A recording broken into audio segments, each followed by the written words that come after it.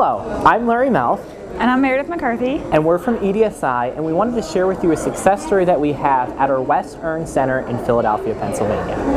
So we have a customer who came to us with a criminal background, had a lot of work experience, but a lot of employers weren't hiring her. We ended up taking her on for her community service activity. She helped us archive 3 years worth of files, really showing us what she could do.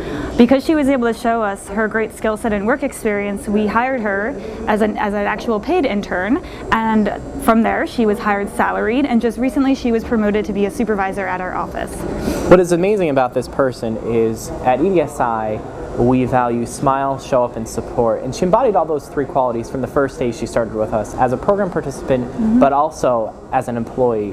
One of the attributes that she did, which I think made her stand out among the rest, was she never did the minimum requirements. She always went above and beyond and did what was necessary to succeed within the program, which led in turn with employment to us. We're grateful to have her as part of our team, and we really believe that she is just one of many participants within the program that succeeds with the help of the Department of Public Welfare, PWDA, and the contractors in Pennsylvania.